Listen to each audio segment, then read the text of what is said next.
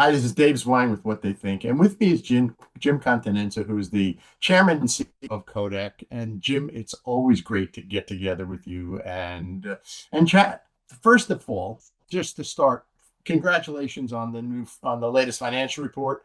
I mean, year over year growth for three consecutive quarters.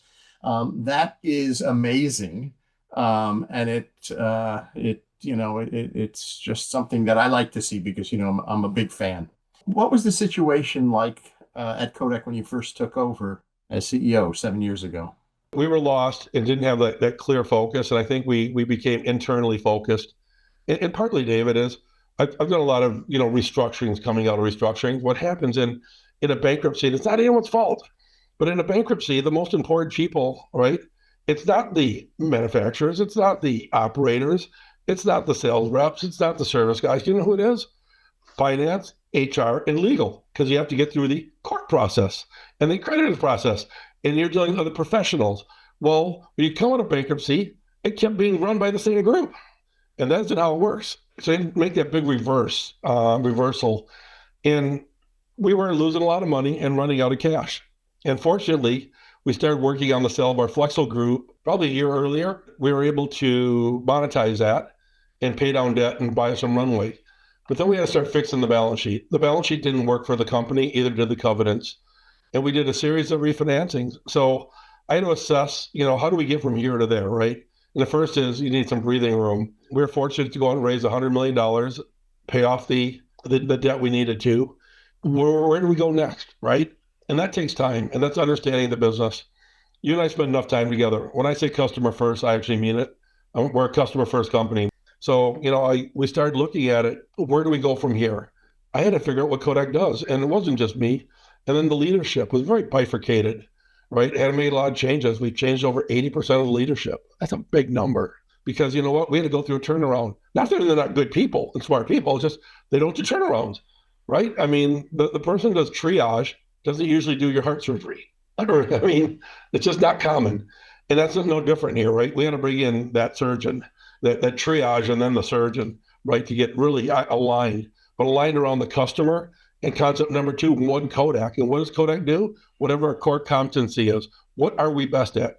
What I like about being an industrial manufacturer, and a great one, is your barrier to entry. David, you want to compete with me? Come build a factory. Come build a plate factory. Come build a CTP factory. Come build a software factory. Come build a film factory. It's a quarter of a mile long, the building. Come, I welcome you. You still won't beat me. I could give you $1 billion. You could build a factory and you still will not beat me in film. Just won't do it. We had to get back to our core competencies. Film lost 48 million, approximately, at 60 million of revenue. Had to turn that around. And we did. And it's a we. This isn't Jim's show. And I keep saying that. I have a great team that has come in. People are disciplined. We're very functional, accountable, measurable, trackable. And we had to bring the group together. We had to stop the declining revenue, move to profitability. We had a lot of our customers were negative. We didn't have the right pricing. We didn't even know our cost. I mean, we were guessing because of internal measurements. So the bottom line is put the customer first. It's that simple. And that was kind of the thing here. We kind of have a victim mentality. And my first thing is never been a victim, be a warrior. Don't be a victim. And I got to tell you, this isn't all new people turning around Kodak. There's a lot of good people in that company.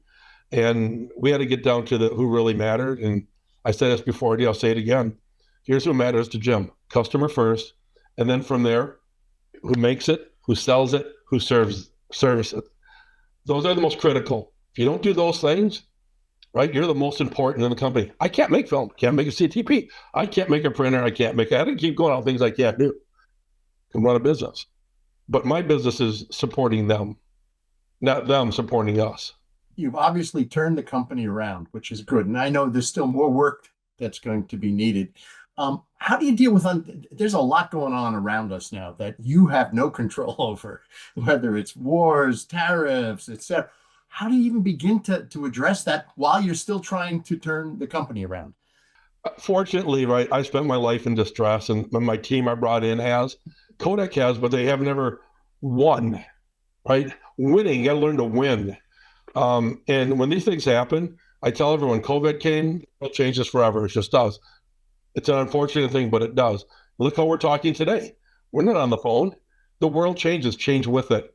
Embrace it, open it, invest hard. The more confusing and complicated the world is, the more I'm going to invest in R&D and products because we're always going to come out. We don't have the victim mentality anymore. We have winners and warriors now. And those aren't words. I wouldn't have said that. I've never said that to you. I can say it to you now because they want to win and they want to teach the next generation and they're helping bring in new talent and teaching the new talent as the guard changes over. I spend my time in the factories. I told you before, I love going to where people actually run the business and getting my information from them. And our team goes to work. We know our job is supporting them. So it doesn't matter what's happening in the outside world because it's happening to all of us. Where I live, and a hurricane comes, it hits all of us. It Yeah, just absolutely. does. And so that doesn't bother us. I mean, we pay close attention. We try to act appropriately. We're prepaying for aluminum. We're prepaying for silver. We got to make sure we get the right alignments to service our customer. Start with your customer. What do they need? And what do you have to do during these times to take care of them? Because if we sell through them, right? We're a B2B now in a lot of cases.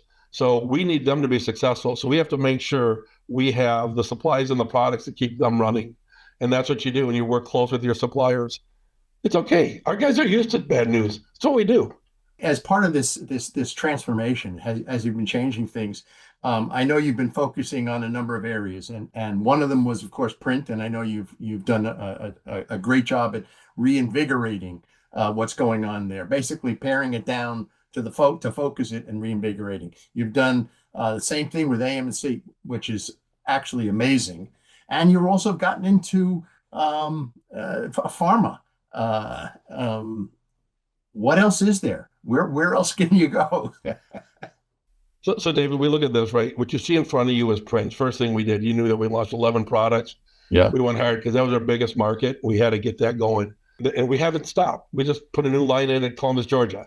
It's a big investment for us, right? We're going to continue to invest in print. The 520 starting to do what it's supposed to do now. We're excited about that. Ran great.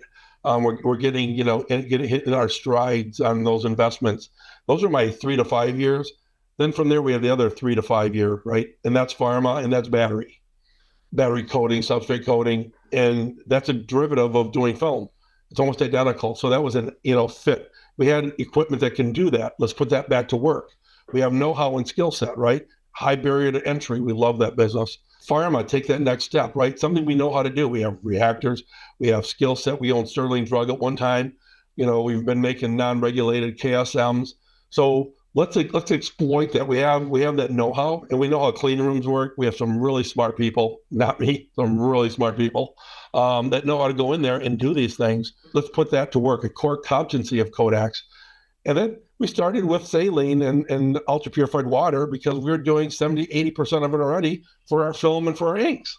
It's just a derivative of what we have in that facility. I tell you, I walk in that park, we have our own fire, our own water, our fire department, our own water treatment, our own chemical treatment, our own rail. I mean, it's our own city. We have power right on site. That's an advantage. Put this back to work, and that's what we've been doing. And it's not Jim. We've been doing this as a team, and we really do run as a team. A lot of people say that. It's actually true. We're a tight-knit group, and we work as a team. I always tell everyone, we're a large global publicly traded business that runs like a family company. Always great catching up with you. Thanks so much, man. And looking forward to seeing you again soon. Thanks, Jim. Thank you.